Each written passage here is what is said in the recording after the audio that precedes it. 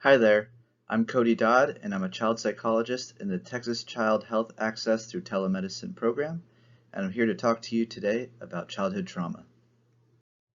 Traumatic events involve dangerous or life-threatening experiences that overwhelm our capacity to cope. Although many associate trauma reactions with soldiers, children and adolescents often experience traumatic events. Some common childhood traumas include the unexpected death of a loved one, like a sibling or a parent, exposure to natural or man-made disasters, seeing violence in their community or suffering physical or sexual abuse at home, or experiencing serious accidents or medical injuries that result in trauma as well.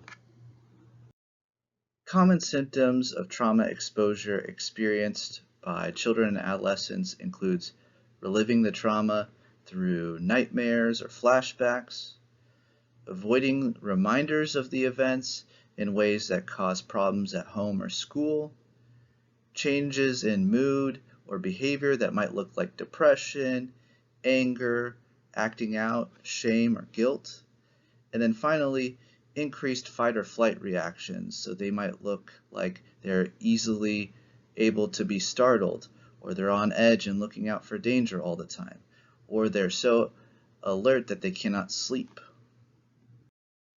Now, to some extent, most people experience some negative changes in their mood and behavior after exposure to a traumatic event. However, when those changes last weeks or months after the trauma and cause them significant distress or impairment, we call that post-traumatic stress disorder. Not all youth who experience trauma will develop PTSD.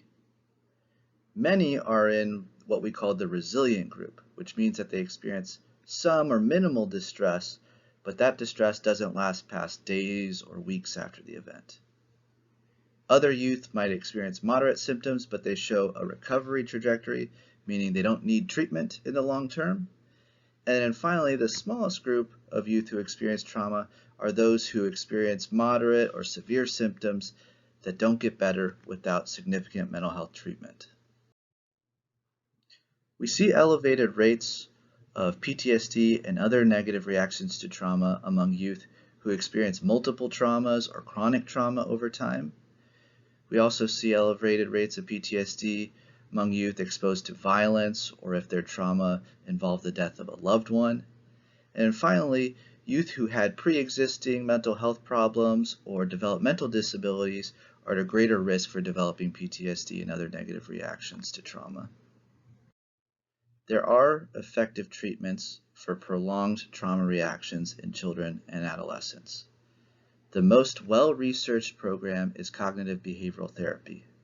Now, there are many forms of CBT, but most are brief, can be delivered to children and adolescents in multiple formats, and can be effective in treating the symptoms of PTSD and other related problems long-term.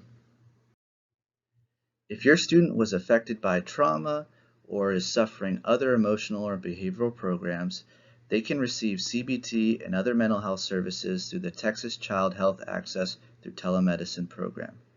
For more information, you can contact us through our email or phone number here.